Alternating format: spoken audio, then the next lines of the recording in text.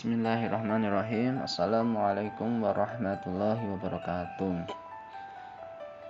Alhamdulillah, kita masih diberi kesempatan untuk bisa muncul lagi kembali di sini. Dan ini saya akan mereview. Pada kesempatan ini saya akan mencoba untuk mereview 2 jurnal untuk melengkapi tugas mata kuliah komputer dan manusia. Di sini ada 2 jurnal, yaitu ada jurnal internasional dan jurnal nasional. Masing-masing yang memiliki judul. Untuk yang nasional adalah Tempat Sampah Pintar dengan Modifikasi Berbasis IoT oleh Yohanes Bowo Widodo, Tata Sutabri, Leo Fatur Rahman tahun 2019. Yang untuk jurnal internasional IoT Based Smart Garbage Alert System Using Arduino Uno oleh Dr. Satish Kumar, B. Vijaya Kosmi, R. Jennifer Pratana, dan A. Sangkar 2016. Oke, lanjut. Anggota kelompok hanya saya sendiri karena saya belum mendapat kelompok, jadi saya yang mengerjakan semuanya sendiri. Lanjut. Latar belakang dari kedua jurnal ini sebenarnya hampir sama, yaitu untuk yang nasional, pengelolaan sampah menjadi salah satu faktor yang mempengaruhi terciptanya lingkungan yang bersih dan sehat. Sampah yang dibiarkan terlalu lama menumpuk dan pengambilan sampah tidak teratur menjadi masalah yang sering terjadi. Proses pengumpulan sampah yang dilakukan dengan melakukan pemeriksaan tempat sampah satu persatu menyebabkan pekerjaan yang tidak efektif dan kurang efisien karena menghabiskan banyak waktu dan tenaga dan biaya. Internasional, pengelolaan sampah merupakan salah satu masalah utama yang dihadapi dunia terlepas dari kasus negara maju maupun negara berkembang.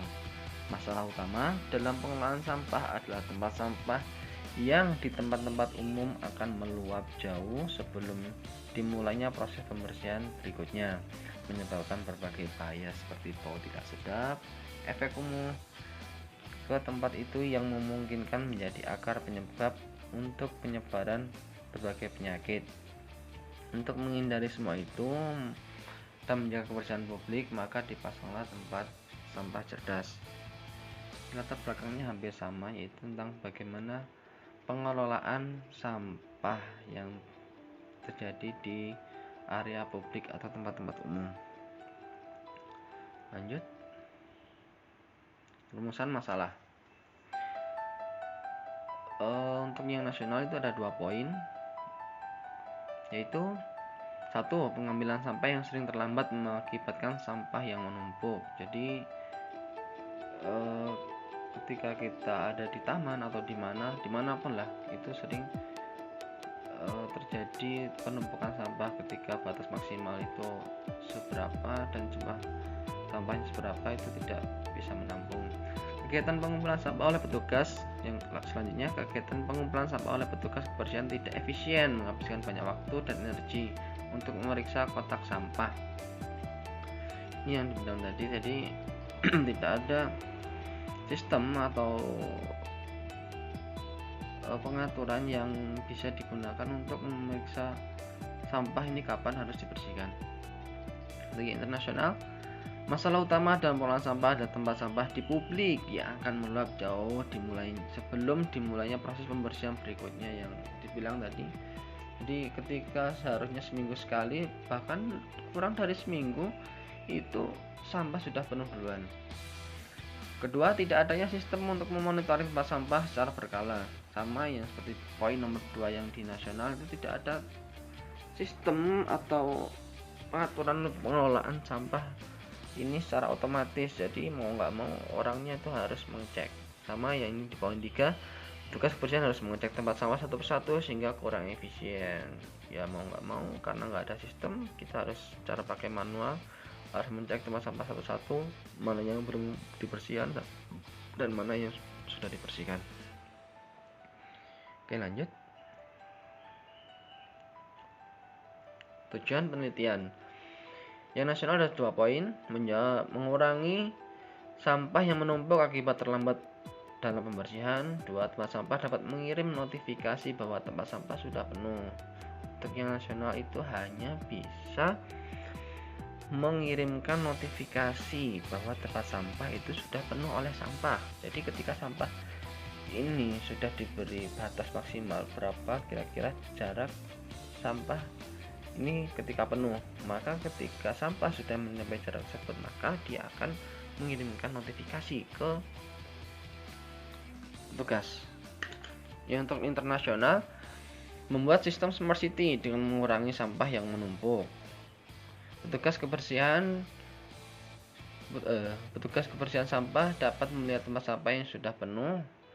Ketiga, petugas kebersihan dapat mengetahui konfirmasi bahwa tempat sampah telah dibersihkan. Jadi bedanya yang nasional sama internasional itu, yang nasional hanya bisa mengirim notifikasi bahwa tempat sampah sudah penuh, tapi untuk yang internasional itu dapat mengetahui tempat sampah mana yang belum dibersihkan dan sudah dibersihkan. Dia ada konfirmasinya di poin nomor 3. Oke, lanjut.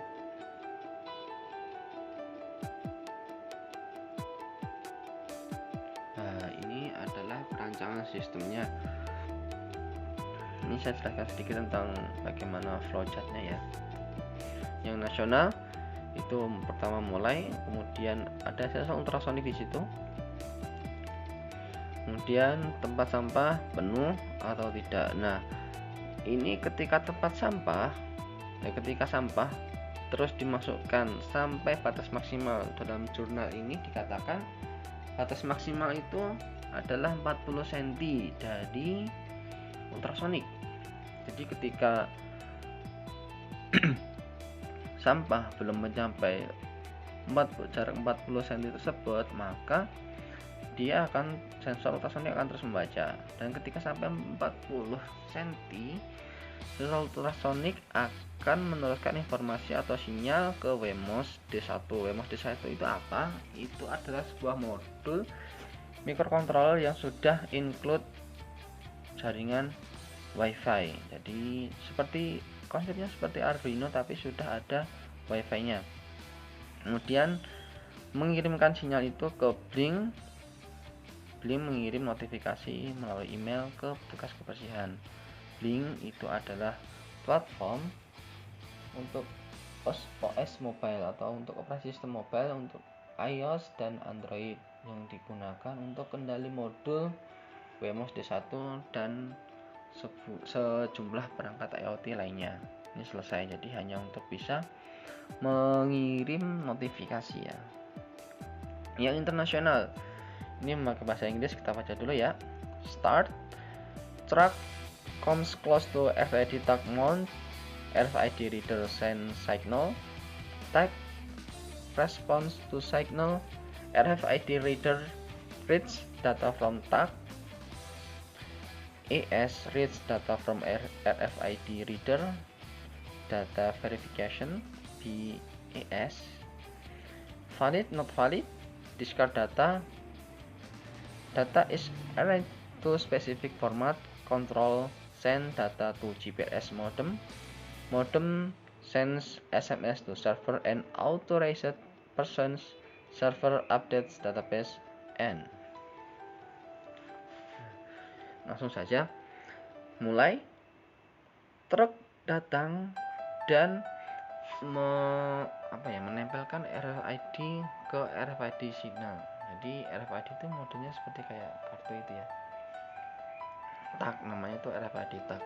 RFID tag ditempelkan ke RFID reader, kemudian RFID reader membaca sinyal dari RFID tag. RFID merespon sinyal kemudian mengirim data ke ES. ES itu apa? ES itu hampir sama seperti modul WMOS.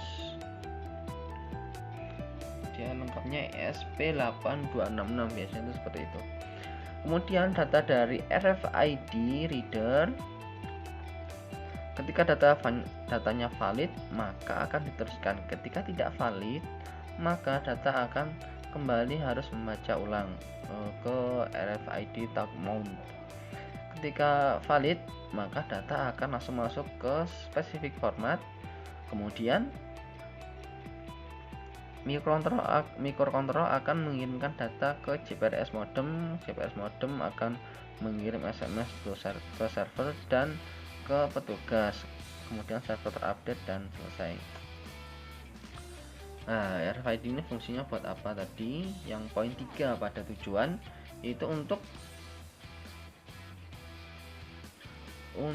mengatur untuk konfirmasi bahwa tempat sampah ini sudah dibersihkan. Jadi yang nasional kan tidak ada tuh untuk mengecek tempat sampah mana yang belum sama yang sudah, cuma hanya mengetahui tempat sampah ini penuh atau belum. Tapi yang untuk internasional ini sudah ada konfirmasi bahwa tempat sampah ini sudah dibersihkan loh, dengan cara menempelkan RFID-nya tadi. Oke, langsung lanjut saja. Nah, ini penampakannya secara sekilas. Itu ada di sini ada sensor ultrasonik dan ini ada mode WMOS. Nah, ini sensor ultrasoniknya ditaruh di atas sini dan ini tempat sampahnya ya. Jadi ketika sampah sudah mencapai 40% 40 cm, maka langsung aplikasi Blink itu mengirim email ke handphonenya si petugas. Jadi seperti itu, hanya mengirim kalau tempat sampah ini sudah penuh, maka langsung saja dibersihkan. Tempat sampahnya sudah dikosongkan kembali, maka akan kosong lagi. Kemudian yang untuk internasionalnya ini sudah mulai agak canggih ya ini ya. Saya sendiri juga belum begitu paham maksudnya. Yang saya tangkap di sini itu ada piston compressing plate, lid of opening, and lift switch.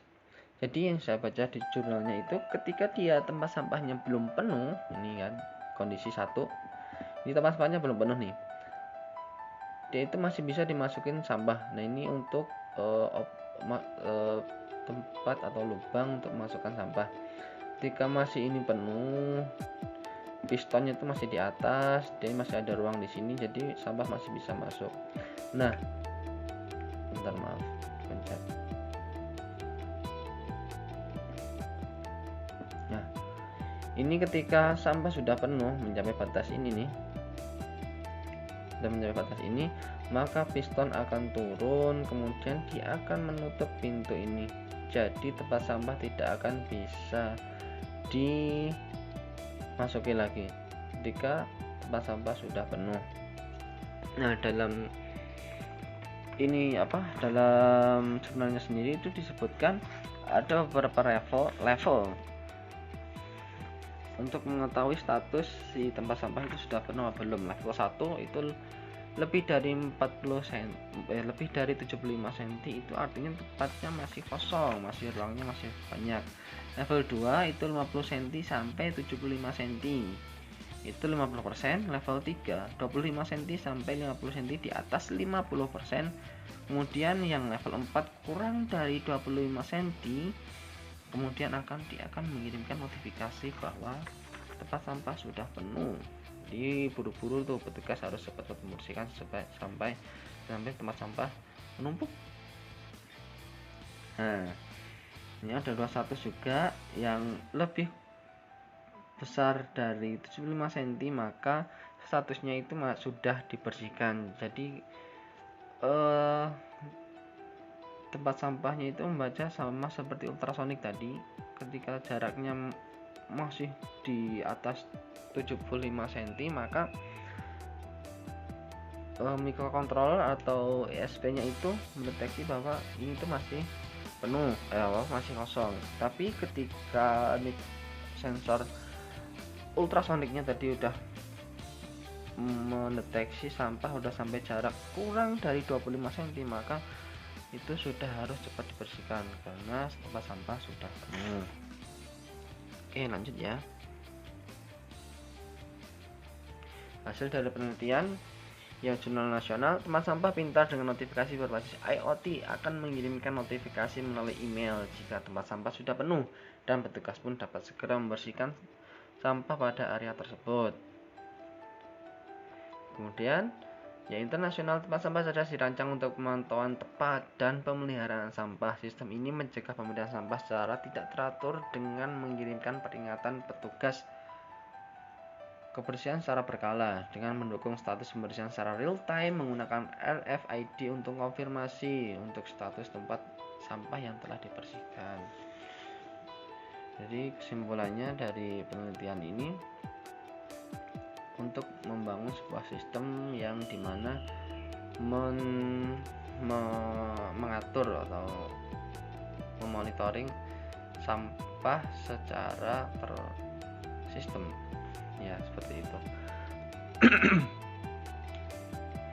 Mungkin itu saja dari saya untuk kesempatan kali ini. Saya terima kasih. Mohon maaf jika ada salah kata atau salah ucapan. Silahkan komentar di kolom bawah. Nanti kalau sempat saya akan balas atau kita bisa sharing-sharing untuk hal yang lain. Oke. Terima kasih. Waalaikumsalam warahmatullahi wabarakatuh.